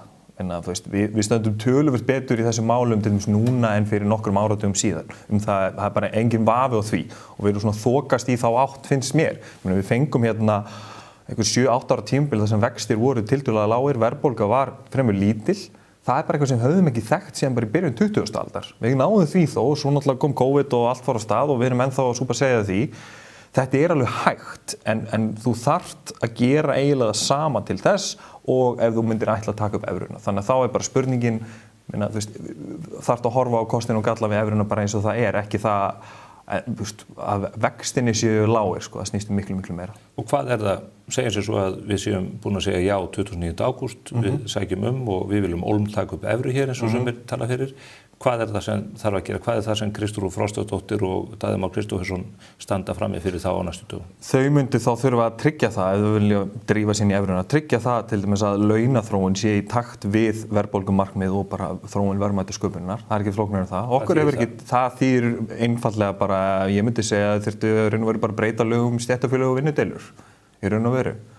Gefa ríkissáttasemjara aukið vald til þess að setja línuna í því hvernig launahækkanir eru í kjarasamningum. Þú getur náttúrulega ekki stjórnað allri launaþróun í landinu en með því að setja svona einhverjar hömlur á það, ég held að það liggi í augum uppi að það myndi þurfa. Eða allavega að sjá bara til ábyrgðar aðilana, eru þeir tilbúinir í þetta? Ef ekki þá veit ég ekki hvað önnur leið er í boði. Atvinnurekendur hafa nú talað á það leið og studdu til dæmis breytingar sem menn reynda að gera á embætti ríkissáttasemjara en verkefnisforystan er algjörlega þessum í þessu og hefur reyndar þau sem að tala hæst inn að þeirra hreyfingar, nefni Vilhjálm Birgisson og Sólveig Jónsdóttur, þau hafa nákvæmlega engan áhuga því að fara að stæði þennan leiðangur. Nei, ég bara skil það mjög vel út frá þeirra sjónarhorni hvað þetta varðar og svo náttúrulega líka, á hvað forsendum myndirðu vilja fara í þær breytingar? Ég ætla ekki að tala fyrir þau en ég hugsa margir til dæmis væri til í að fara einhver svona breytingar á til dæmis vinnumarkaðslöggjöfinni eða slíku. Ég held að fyrir margir sem væri tilbúinir að kannski fara í það á okkar eigin forsendum en ekki evruforsendum eða ESB-forsendum. Þannig að það kannski liggur einhver munur þar en þetta er allavega staðan að við þurfum að gera það sama hvort sem við tökum upp evru eða erum áfram með krónu, í raun og veru. Þú nefnir vinnumarkaðinn, aðrir nefna ríkisfjármálin. Þau hafa verið að bólna út, menn hafa ekki farið í þessar hagræðingaraðgerðir sem hafa lofað hér eftir kosningar? Nei, aldrei ekki. Bara núna í vikunum voru að koma tölur að opinberum starfsmönnum fjölga 5% á milli ára í maí og meðan þeir bara eru að fara upp og aðrir að fara niður, þannig að það er eitthvað skrítið í gangi þar og það myndi þurfa að vera enn meiri ægi á ríkisfjármálunum heldur en hefur verið. Við erum með þessa fínu stöðugleikareglu en svona í praxís er ég smá hræddur að hún sé ekki alveg virka nógu vel. Það myndi hjálpa en ég held að það kom ekkert í staðinn fyrir neitt annað. Þetta er raun og veru bara eins og alltaf í allri hagstjórn og kannski bara vandamálið okkar í heild sinni sem maður sé ekki bara að benda á vinnumarkaðinn að það hefur verið svona þvert yfir sviðið hefur vantað alvöru aga að gera það sem þarf. Það er raun og veru að benda á alla þar. Það má benda á Seðlabankann, það má benda á vinnumarkaðinn og það má benda á ríkið. En allt þetta þyrfti að vera algjörlega 100% nokkurn skeið og þá getum við farið að banka og megum við fá evruna og okkur hefur ekki tekist ennþá. En hvað, nú eru vextirnir háir, geta menn sótt aðstoð til Evrópusambandsins? Helga Vala Helgadóttir, fyrir Alþingismaður kom hérna daginn, bent á það að menn getu, ég reyndar átta mikið alveg á því hvernig það getur, sagði að Evrópusambandið lánaði þjóðum fjármuni til þess að þrýsta vöxtu niður. Hefur Evrópusambandið einhver verkfæri til þess að hjálpa okkur á þessari verkfæri ef við sækjum? Í sjálfu sér, nei. Ég hef ekki séð neitt það einhver láni fyrir okkur að lækka vexti. Ég veit ekki einu sinni bara hvernig þú ætlar að útfæra slíkt og þá myndur alltaf þurfa að borga. Það sem að liggur fyrir náttúrulega færð ýmsan svona tæknilegan stuðning, myndur fá það frá Brussel sem svo sem bara ágætt sko. Þú færð kannski einhver trúveruleika ef að þú ert að vinna eftir einhver áætlun sem þaðan kemur, þá náttúrulega hjálpar það. Og svo eru, þú veist, alveg inn í myndinni að ef það gerist eitthvað á gjaldeyrismarkaði að Evrópski seðlabankinn geti hjálpað með gengið. En það alls ekki víst og það myndi þá þurfa að vera eitthvað svona mjög óvænt utanaðkomandi áfall sem myndi þá hjálpa okkur yfir erfiðasta hjallan í því. En það hefur ekkert gerst til síðasta áratuginn í gjaldeyrismálum sem kallar á slíkt.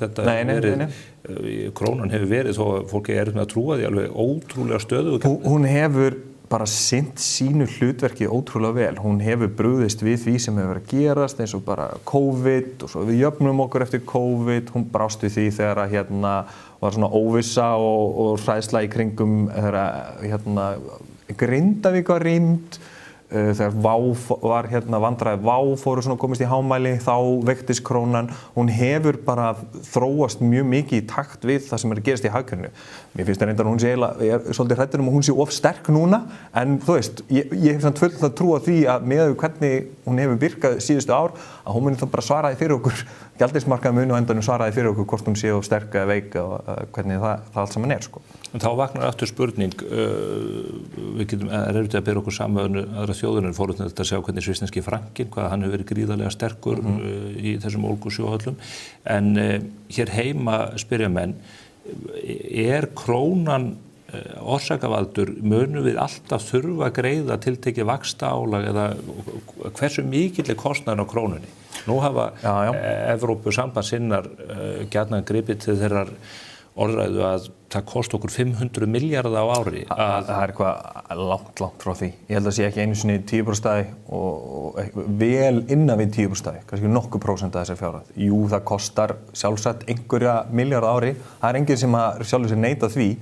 Ég meina, hvers virði er sjálfstæð peningastefna og sjálfstæð mynt til að bregðast í þínum aðstæðum til þess að þurfa ekki að horfa eins og segja, horfa fram í augunum fólki og segja annarkvort þarf ég að lækka launin 10% eða segja þær upp. Það bara býsna dýrmætt að hafa það. Minna, krónan hefur gert ýmislegt en minna, það alltaf sagt já, hún mist svo mikið virði og eitthvað, þú veist, en þú veist, hvar stöndum við samt sko? Við erum bara í toppnum á lífskjörum í heiminum og þá sem þrátt fyrir krónuna? Ég sé á móti, hefðu við komist þangað með mynt sem að væri að gera okkur það mikla skráhefi í raunverulegum verðmætasköpun. Þetta náttúrulega mjög vont, þú veist, þegar endur að skæðin svona með verðbólgu slíku. En allavega, hún hefur út frá bara raunverulegum efnaðslegum árangri og horfur á það, þá hefur gengið sjálfur sér ágætlega með hana. Og það einhver kostnaður en hann alveg stórlega ýktur. Ég myndi segja, ég hef ekki svo sem reiknað, það var nefnt þarna í Evróskýrslunni að þú veist þetta getur verið svona einhver viðskiptakostnaður, var einhverjir nokkrir milljarðar og það bara heila allir gjaldmiðlar í heiminum bera eitthvað álag ofan á bandaríkjadal, eitthvað smávegis vaxta álag. Þú veist, þú losnar ekkert við það saman hvaða mynt þú ert í. Þannig að meiri sé held ég að það yrði mögulega alltaf eitthvað Íslands álag jafnvel þó við værum komið með einhver aðra mynt, einfaldlega bara því að við erum með lítið svolítið skrýtið hagkerfi. En þú veist, það hagsmunamat sem að miklu flóknara í besta falli heldur en bara benda okkur svoleiðis fjárhæðir. Eitt af því sem að menn nefna í þessu sambandi gjaldeyrisvaraforðinn og menn sjá ofsjónum yfir því að við séum með nærri 1000 milljarða gjaldeyrisvaraforða sem hér hefur verið byggður upp til að bregðast við mögulegum áföllum. Miðað við þá litlu þekkingu sem ég hef á þessum málum, þá get ég ekki betur síðan að allar þjóðir meira og minna þurfa að halda úti gjaldeyrisvaraforða. Það gerir Evrópski seðlabankinn, kínverski seðlabankinn sem nú að baki öðru stærsta hagkerfi í heimi, hann með bara stærsta gjaldeyrisvaraforða í veröldinu. Bara allir seðlabankar og svona í samingi hlutan ekkert endilega mikið stærri minni en okkar eða eitthvað slíkt sko. og meina þetta samt alveg fín umræða, meina þú veist við erum náttúrulega með þessum svaka eignir þannig á mjög lágum vöxtum.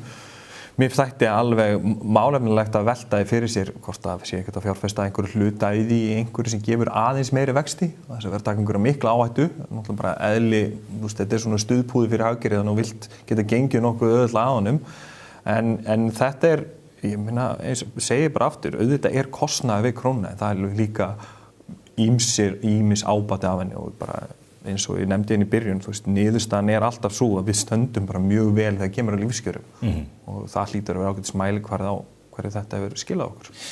Annar samanburður sem að menn hafa verið að grípa til að undanförnu, það var að stöðun í Finnlandi. Finnland hefur gengið gegnum mikla sveiflur og hort upp á gríðarlega vöxt í ákveðnum atvinnugreinum sem að síðan hafa nánast horfið eins og dögg fyrir sólu, Nokia oft nefnt í því sambandi, stígvéla framleiðandi sem að fóru að framleiða farsíma og gera það ekki lengur. Þar eru menn, samkvæmt opinberum tölum að berjast við mikið atvinnuleysi, sérstaklega meðal ungs fólks. Málefnilegt að kenna evrunni það? Eru menn ekki að fara fram úr sér í þeirri gagnrýni á finnska hagkerfi alveg eins og að þú heldur að menn sé að fara fram úr sér? Ég held að þetta sé kannski röng leið til að líta á það. Ég myndi kannski frekar að líta á það hvað ef þið væru ekki með evru og efnahagsþróunin hefði verið svona. Hvað hefði þá gjaldmiðillinn þeirra gert? Ég myndi halda hann hefði veikst og hann hefði þá búið til, hefði bætt samkeppnishæfni sína og þá verið tilbúin að sækja fram með einhverjum nýjum atvinnugreinum og þá myndi gengið jafna sig á ný. Þetta eitthvað sem að við þekkjum bara mjög vel í praxis sem getur gert, en Finnar hafa ekki náttúrulega augljóslega ekki geta nýtt sér að því að þeir eru í evrunni. Þannig að þú þarft einhvern veginn að horfa á þetta í einhverju heildrænu samhengi, þú veist, hvernig væri það ef þið væri ekki með evruna? Þetta evrunum að kenna, ég held ekki eins og vissum að það hjálpi, ég held að sé bara spurning, þú veist, hvernig væri þetta með evru og án evru? Og þá finnst mér augljóst að það væri allavega einhverju kostir við það, eins og eru kostir við að vera evru, að það væri líka mjög miklu kostir ef þeir væri með sín eigin mynd sem þeir geta brugðist við þessum áföllum og þeir geta sótt fram á nýjum sviðum. Þú leiðir að þið líkur að atvinnuleysi þar væri minna ef að Mér finnst það mjög líklegt, já. Það bara nánast gefur auga leið. Annað atriði sem að lítur að matvælaverði og það annað dæmi, menn horfa á húsnæðislánin sín og afborgana því hverju mánuði en fólk fer í matvöruverslun nokkuð sinnum í viku og fólki svíður verðlagningin þar, ekki síst þegar fólk nýkomið heim frá Spáni eða Ítalíu, ég tala ekki Grikklandi og fólk telur og réttilega það geti fyrir íslensku krónurnar sínar keypt miklu meira matvælum, góðum matvælum þar í landi heldur en hér. Hvað satt og rétt í þessu? Pavel Bartosek, formaður utanríkismálanefndar, hann lofar okkur engu minna en gull og grænum skóm. Sko, núna erum við búin að tala atriði sem þau eru mjög flókin, það erfitt að reikna sér niður á þau og þau eru talsverð svona vafa háð og bara gildismati háð að einhverju leyti svo framvegis. Það er að tala gjaldmiðlamálin. Gjaldmiðlamálin og allt sem við erum búin að tala hingað. Þarna í þessari umræði, þá þetta algjörlega svart og hvít eins og í mínum huga og mér finnst eiginlega íslenskur almenningur hann á bara skilið að við hættum þessu afsakið orðbragði kjaftaði. Því að hvernig, og þetta eitthvað sem að byrja að löngu áður fórum í ESB, mér er búin að heyra þessa umræði mörg ár og ég er búin að furða mig á henni lengi að það alltaf verið að benda á, já við erum með svo hátt verðlag og þá höfum við svo slæmt. Hátt verðlag milli landa, það segir eingöngu að við búum með hátt raungengi með önnulönd, að við erum dýrt land. Og það öll sem að svoleiðis lönd eiga sammerkt að tekjurnar þar eru háar. Og þetta bara mjög vel útlistaðar hagfræðilegar ástæður fyrir þessu sem ég ætla ekki að fara yfir hér en allir geta bara flett upp og mjög einfalt sjálfu sér að skilja og hefur ekki verið raki og eitt af því fáu sem ég hélt að allir hagfræðingar væru sammála en eru það greinilega ekki að lönd sem búa við góðu lífskjör þeir eru einfallega dýrari sjáu bara, prófið bara að fara til einhverja landa í, bara til Indlands og keypti matinn þar keypti eitthvað, það allt mjög ódýrt af því fólk hefur lága tekjur og þegar maður að horfa, hvað skiptir þá máli ef við erum að bera okkur saman milli landa, þá skiptir náttúrulega svona verðsamanburður segir ekki neitt það sem skiptir máli náttúrulega að við höfum mikinn kaupmátt, hver kaupmátturinn hvað gefa tekjuna sem við höfum með við í þessum löndum og ég svona ákvað bara því ég lengi velt þessu fyrir mér, hvað maður bara snýr sér við og horfir bara á verðið í hlutfalli við tekjur, að þá náttúrulega blasir við það að verðið í þeim skilningi lágt hér, sem bara hinliðin til að segja kaupmátt sé mikil, og þetta ótrúlegt að þetta sé einhver ásteytingarsteinn og sé ekki bara allir sammála þetta, og það eru bara virtir hagfræðingar sem að einhvern veginn að þvæla með þetta út og suður. Þannig að þetta alveg augljóst. En svo með 25% lækkunina, það líka bara eitthvað sem það bara tóm della, sko. Ég veit ekki hversu mikið matvælaverð myndi lækka ef það lækkar ef myndi ganga inn í ESB. Ég treysti mér ekki til að fullyrða. En Pavel hann hefur farið inn í matvöruverslun og hann hefur farið á veitingahús og sagt þessi hlutur hér eru 25% ódýrari. Nei, það ekki rétt. Það sem að hann að gera, hann byggir á smá texta úr skýrslu Hagfræðistofnunar sem að verða 20 ára gömul, ber saman matvælaverðsþróun í Finnlandi og Svíþjóð allan 10. áratuginn. Sem sagt frá því 4 árum áður en þau gengu inn í ESB til loka áratugarins, þá niðurstaðan að hlutfallslegt verðlag, verður bara raungengi, í þessum löndum það hérna lækkaði 25-30% með Ísland og Noreg. Það sem gleymist hins vegar á fyrri hluta tímabilsins, áður en þessi lönd gengu inn í ESB, að þá féll gengi gjaldmiðla þeirra einhver 20-30% og svo jafnaði einhver leiti en ekki full leiti. Þessi 25-30% bara því að gengi gjaldmiðlana fjallu áður en að löndin gengu inn í ESB. Það náttúrulega ekki gera neitt fyrir fólki í landinu og kaupmátt þeirra, sko. Þú veist, þess að vorum að ræða hérna áðan, þannig að þetta bara einhver tóm della. Það rýrir kaupmáttin á móti í raun til jafns. Já, einmitt, það það sem að gerir samhliða þessu. Eru allavega í besta falli ekkert betur sett. En svo fór maður að skoða hvernig matvælaverð með við almennt verðlag hefur þróaðist í þessum löndum á þessum tíma og jú, það lækkaði með einhver 10%, tæp 10%. En svo maður sé til dæmis eins og Erna Bjarnadóttir hagfræðingur hefur til dæmis bent á að mögulega yrði áhrifin ennþá minni hér en þessi 10%. Þannig að já, ég skal ekki segja kannski, leggst maður yfir og reynir að reikna hvað getur verið mögulega áhrif að lækka tolla hér en ég myndi ekki hafa mikla væntingar. Líka annað sem áhugavert í þessu samhengi, bara verðlag á mat með við hvernig verðlag almennt á Íslandi. Ísland bara sama hvað þú ber saman, af því að við erum með frekar hátt gengi og hátekið þjóð, þá bara flest á Íslandi dýrt í raun og veru, ef þú mælir það bara beint í sömu mynd. Matvælaverð í raun og veru sko að draga það meðaltal aðeins niður. Matvælaverð með við annað á Íslandi ekki svo dýrt. Ég veit þetta hljómar fáránlega, en þetta hljómar fáránlega því að öll orðræðan á þessum villigötum sem ég var að nefna hérna áðan. Þannig að ég held að ég allavega verið með mjög hófsamar væntingar það hvernig þetta myndi breytast. Svo náttúrulega því hún nefndi veitingastæðina, líka að hafa það í huga sko að það náttúrulega áhrifin ennþá minni, því að það náttúrulega misjandi eftir veitingastöðum og árum og svo framvegis. En svona heilt yfir almennt þú fer inn á veitingastað, kannski 1/3 af því sem þú ert að greiða fyrir maturinn sjálfur, matvaran. Restin bara laun, rekstrarkostnaður, húsnæði og svo framvegis.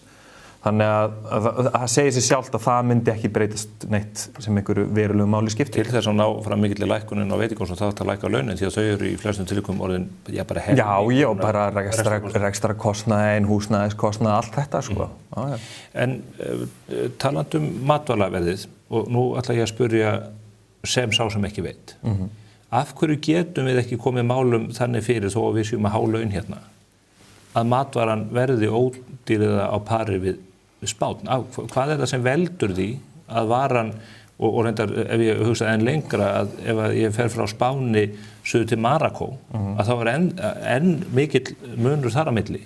Af hverju getum við ekki bara tryggt að matvælaverði sé hér á landi eins og í Marokkó? Það náttúrulega hægt að gera ýmislegt, við getum bara afnumið tolla á morgun og lækkað eitthvað og það náttúrulega hægt að skoða skattkerfið og svo framvegis og svo náttúrulega eru staðbundni þættir sem skipta máli, bara svo flutningskostnaður og bara stærð markaða, hvert svigrúm fyrir stærðar, hagkvæmni, hvernig samkeppni og svo framvegis.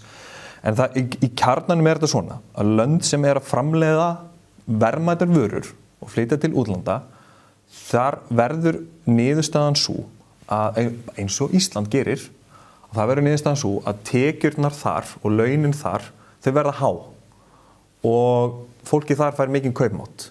En það náttúrulega verið að keppa við vinnuafli út allt hagkerfið, þannig að það tói náttúrulega launin upp hjá öllum hinum og við verjum eitthvað 60% af landsframleiðslu í laun, þú veist, þegar uppi staðið enda allir peningar sem fáum greitt fyrir eitthvað í vasa fólks, það ekki bara einhver himnum sem tekur peningana og þegar þessi mekanismi gengur áfram, þá bara óhjákvæmilegt að lönd sem eru rík og með hálaun, þau eru bara því margir brennd að búa almennt við hærra verðlag.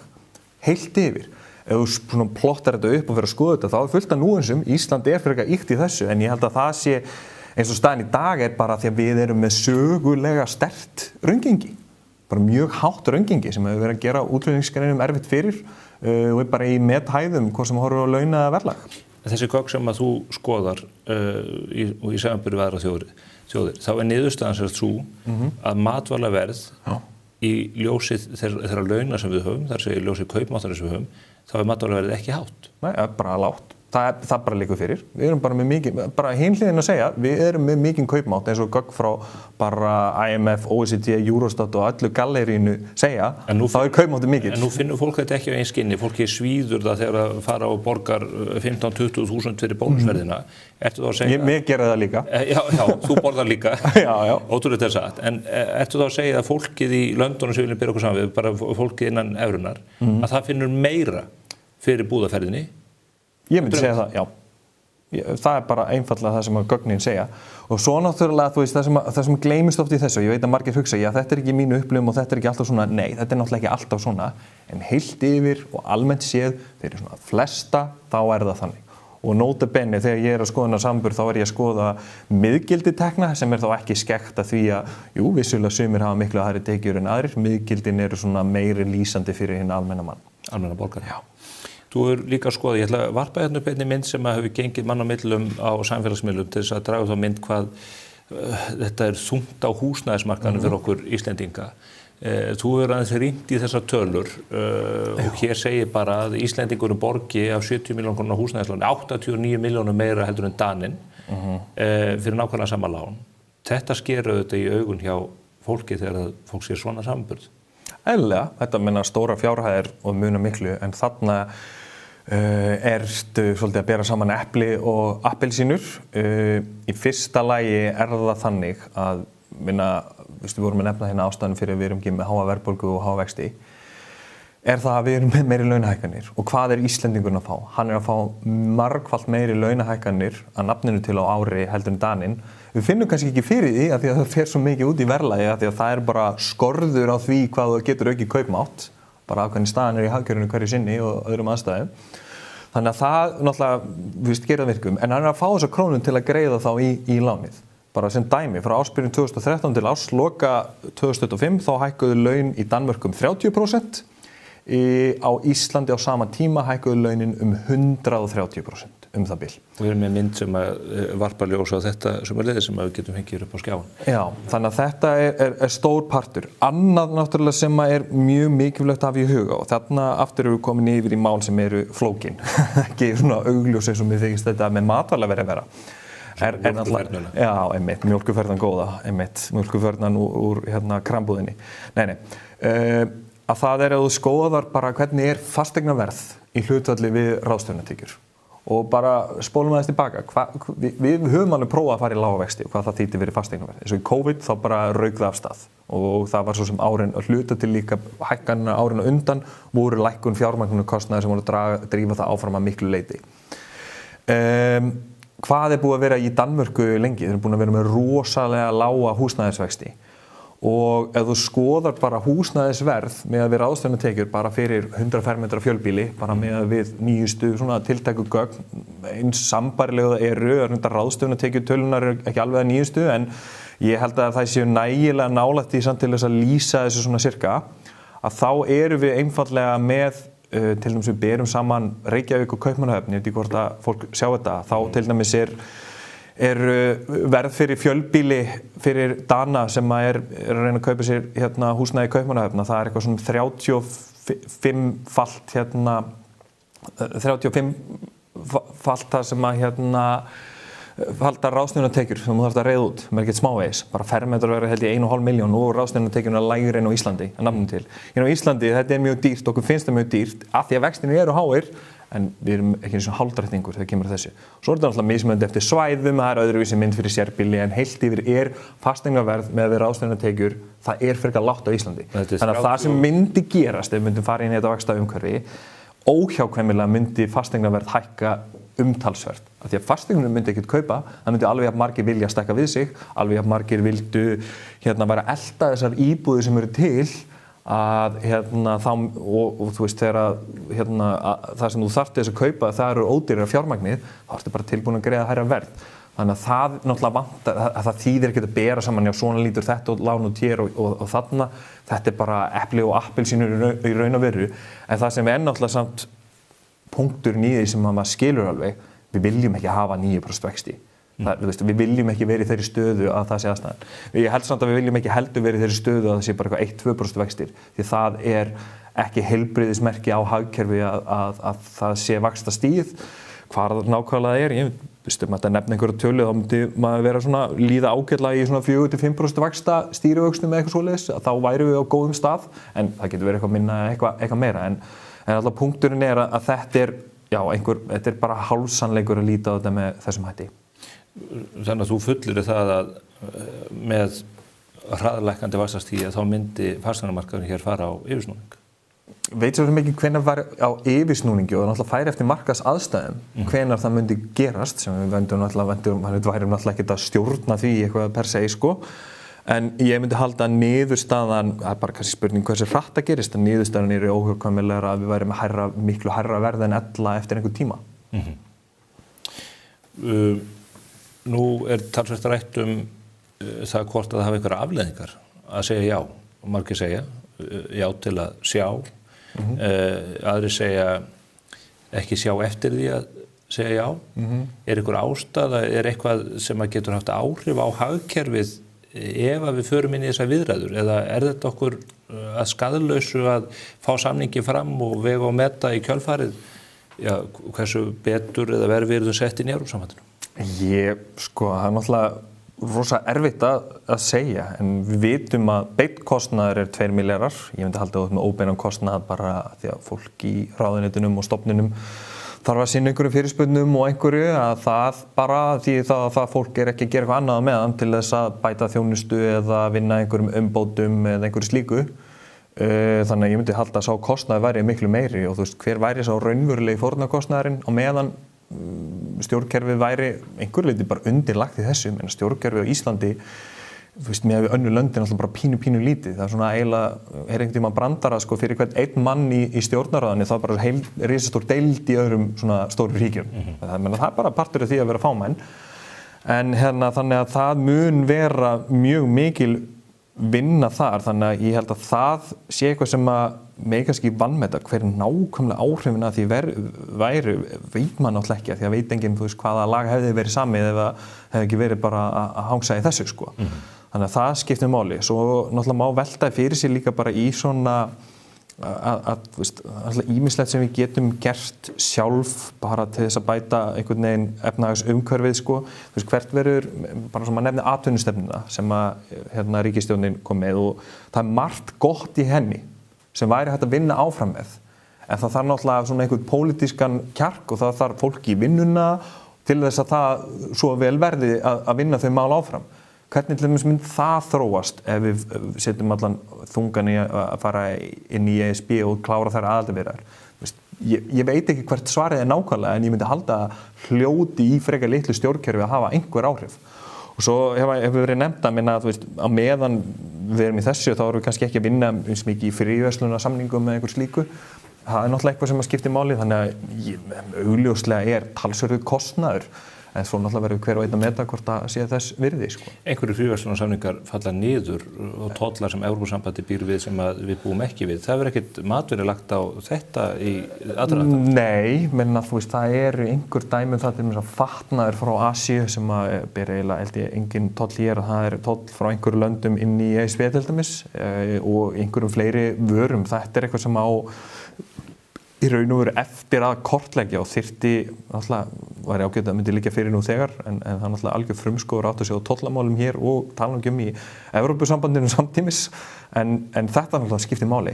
Ég meina, þú veist, ég held að þú veist, það þurfa allir að kaupa föt, annars þurfa að kaupa mat, sko. Já. Eitt að lokum, horft á hagkerfið, það er talsvert rætt stöðu Evrópu í samanburði til þess við Bandaríkin. þar sem að landsframleiðsla innan Evrópusambandsins hefur alls ekki haldið í við stöðun í Bandaríkjunum bara til dæmis frá árinu 2008. Þeir hagfræðingar sem halda því fram að þetta segi enga sögu, þessi hagvöxtur í Bandaríkjunum sé bara í vasanum á 4-5 tækniköllum og að almenningur í Bandaríkjunum hafi það skítt.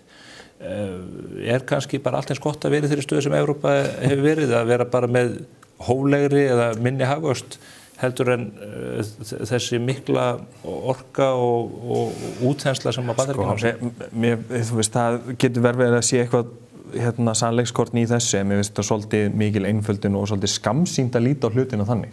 Af því ef þú ert ekki með svona þessar efnahagslegu undirstöður með þér, alveg sama hvernig það kannski dreifast frá einu ári til annars, að þú þarft það til að fá svona einhverja framfæri á breiðum grunni.